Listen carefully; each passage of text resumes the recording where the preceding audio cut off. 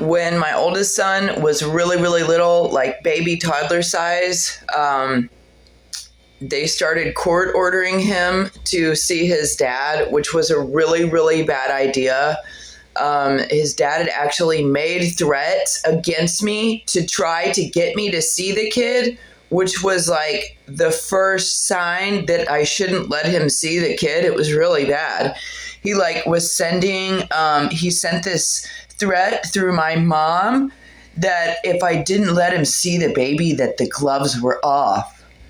And I was like, what the fuck? And then I looked out the window and caught my mom laying gloves inside out on either side of my walkway. I was only like 19 or 20 years old, you guys. It was super stupid and retarded.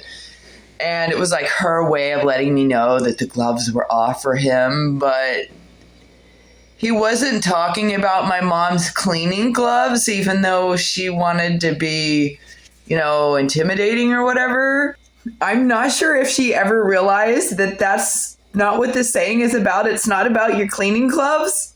So eventually, poor little 19 or 20-year-old version of me, not really knowing what to do or not really knowing what kind of nasty little plans people had for me, just going along with things because that's what the young version of myself did.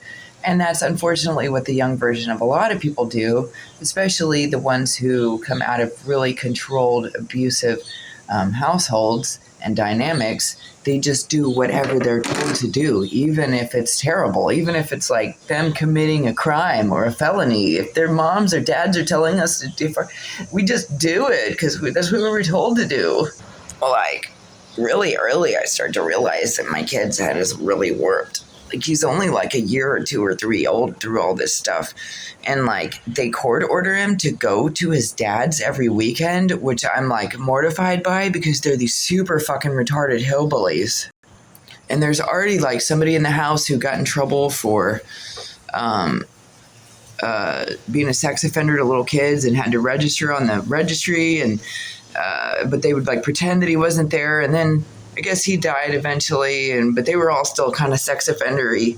Well, anyways, the baby started acting really weird, and I realized that they were taking him and telling him like bad things about his mom and telling him that he didn't have to listen to his mom, telling him that he could be mean to his mom, and he started beating his head off the wall. He started beating his head off the door. He was very little. His dad would bring him home, and he would barf all over me. And every single time he would bring him home, the kid would barf, and it would always be chocolate milk. Once, right after another. I'm telling you, years go by with this child being sent back to me, puking up chocolate milk on me. And I'm like, bro, you're going to have to stop giving the kid chocolate milk. You're either giving him too much, or you're giving him a certain kind of chocolate that's upsetting his stomach, or you're putting something in it, or whatever. You're going to have to stop giving him chocolate milk. Like, it's a fucking chocolate milk disaster up in here. Every time that you, like, the people around me in my household, my friends and family-ish people, the people that were in my life were like, we're going to have to put a stop to this chocolate milk thing. I mean, it was fucking severe. Well, come to find out after all these years, that kid was being poisoned that whole time. That's why he was coming home puking like that. And that would go on up until he was a fucking teenager. But the main reason why I wanted to talk was because my kid started showing signs that people were telling him, like, that he didn't have to listen to his mom or to hate on his mom, or they just made it really obvious. And those were all really obvious things that were going on. I think I even heard somebody...